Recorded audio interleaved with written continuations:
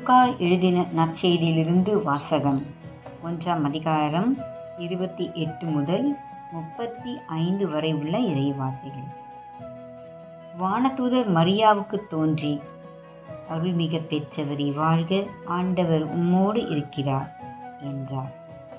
இவ்வார்த்தைகளை கேட்டு அவர் கலங்கி, இந்த வாழ்த்து எத்தகையதோ என்று எண்ணிக்கொண்டிருந்தார். வானதூதர் அவரை பார்த்து, மரியா, அஞ்ச வேண்டாம், கடவுளின் அருளை கண்டடைந்துள்ளீர். இதோ கருவுற்று ஒரு மகனை பெறுவீர். அவருக்கு இயேசு என்னும் பெயரிடுவீர். அவர் பெரியவராயிருப்பார். உன்னத கடவுளின் மகன் எனப்படுவார். அவருடைய தந்தை தாவீதின் அரியணையை ஆண்டவராகிய கடவுள் அவருக்கு அளிப்பார். அவர் யாக்கோப்பின் குடும்பத்தின் மீது என்றென்றும் ஆட்சி செலுத்துவார். அவருடைய ஆட்சிக்கு முடிவே இராது என்றார். அதற்கு மரியா வானதூதரிடம், இது எப்படி நிகழும்? நான் கன்னி ஆயிற்றே என்றார். வானதூதர் அவரிடம், தூய ஆவி உம்மீது வரும். உன்னத கடவுளின் வல்லமை உம்மேல் நிழலிடும். ஆதலால் உம்மிடம் பிறக்கப் போகும் குழந்தை தூயது. அக்குழந்தை இறைமகன் எனப்படும். இது ஆண்டவர் வழங்கும் அருள்வாக்கு. இறைவா உமக்கு நன்றி. கப்ரியேல் சமசு தேவமாதாவுக்கு தோன்றி, தூய ஆவியால் கருவுற்று ஒரு மகனை பெற்றெடுப்பாய். அவர் இறைமகன். அவர் மனுக்குலத்தை ஆட்சி செய்ய போகிறார். அவர் ஆட்சிக்கு முடிவு இல்லை. இப்படி கப்ரியேல் தூதர் சொன்னதும் மாதாமா உடனே கேட்குறாங்க, நான் கன்னி, எப்படி எனக்கு குழந்தை பிறக்கும்? உண்மைதானங்க? ஒரு கன்னி எப்படி குழந்தையை பிறக்க வைக்க முடியும்? தூய ஆவியால் அது நிறைவேறும் அப்படின்னு வானதூதர் சொல்லிட்டாங்க. வானதூதர் எப்படி சொல்லுவாங்க? அப்ப ஆண்டவர் வானதூதர் வழியாக தேவ மாதாவுக்கு இப்படி ஒரு இறை வார்த்தையை சொல்றாங்க. அதை தான் வானதூதர் தேவமாதா கிட்ட சொல்றாங்க.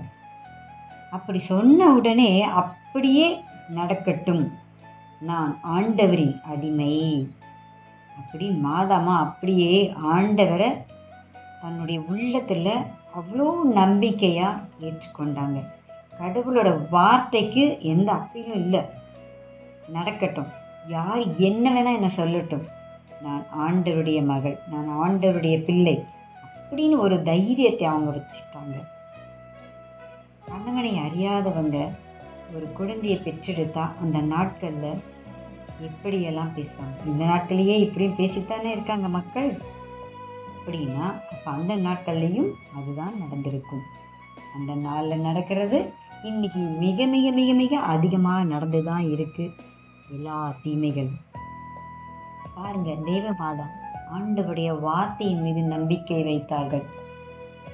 நான் கன்னி, குழந்தை பிறக்க முடியாது, ஆனால் கடவுளுடைய வார்த்தையால் நான் தூயாவியால் குழந்தை பெற்றெடுப்பேன் அப்படின்னு ஒரு வார்த்தையை ஊர்ஜிதமாக அவங்க நம்பினாங்க. கடவுள் மீது அளவு கடந்த நம்பிக்கை வைத்தார்கள், அளவு கடந்த விசுவாசம் வைத்தார்கள். இப்படித்தான் நமக்கும் ஆண்டவர் அவர் கூறும் வார்த்தைகள் மீது நம்பிக்கை வைக்க வேண்டும்.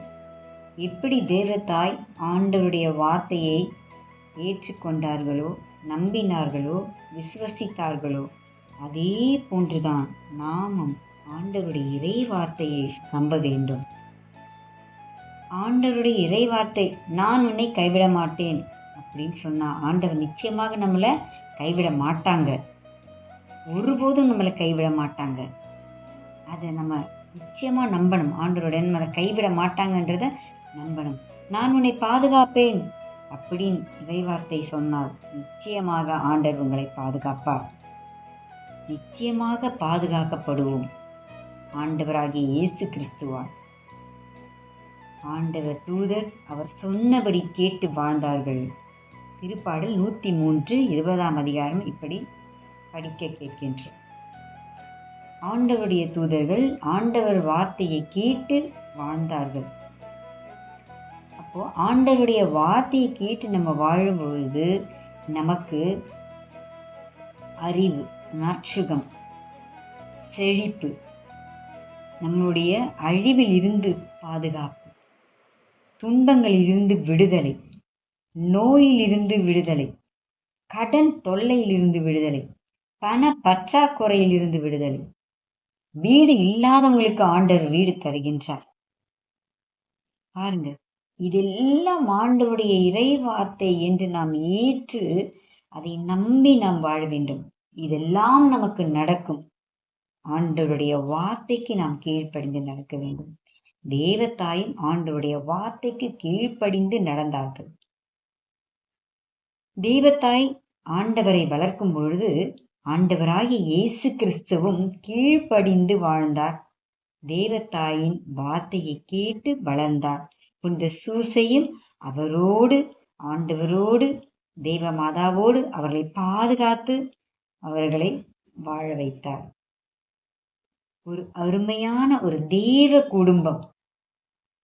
நம் குடும்பங்களில் எத்தனையோ பிரச்சனைகள், சமாதானம் இல்லை, எப்ப பார்த்தாலும் சண்டை சச்சரவு, கணவன் குடிகார், இப்படிதான் மனைவிமார்கள் தான் குடிச்சிட்டு வரான், பிரச்சனை, இப்படிதான் நாம் வாழ்ந்து கொண்டிருக்கின்றோம். இதுல எல்லாம் நமக்கு விடுதலை வரணும்னா ஆண்டவராகிய இயேசு கிறிஸ்துவை நாம் நம்ப வேண்டும், அவரை விசுவசிக்க வேண்டும்.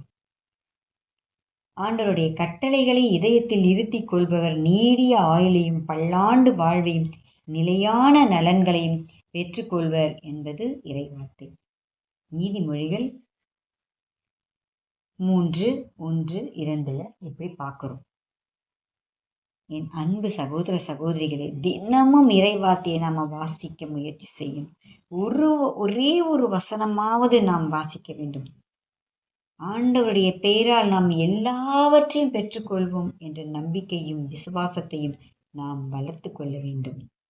அவர் உங்களை பாதுகாப்பார், ஒருபோதும் உங்களை கைவிட மாட்டார், எல்லா துன்பங்களிலிருந்தும் உங்களை மீட்டெடுப்பார்.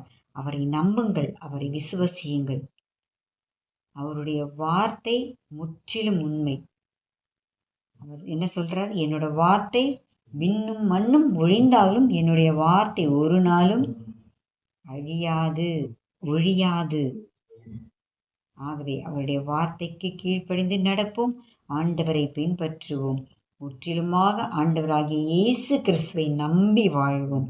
ஒரு நாளும் நாம் கைவிடப்பட மாட்டோம். இது நிச்சயம், உறுதி. இந்த உறுதி, இந்த மனப்பான்மையோடு நீங்கள் ஆண்டவரை ஏற்று வாழுங்கள். இயேசுவே உமக்கு துணையாக இருக்கட்டும்.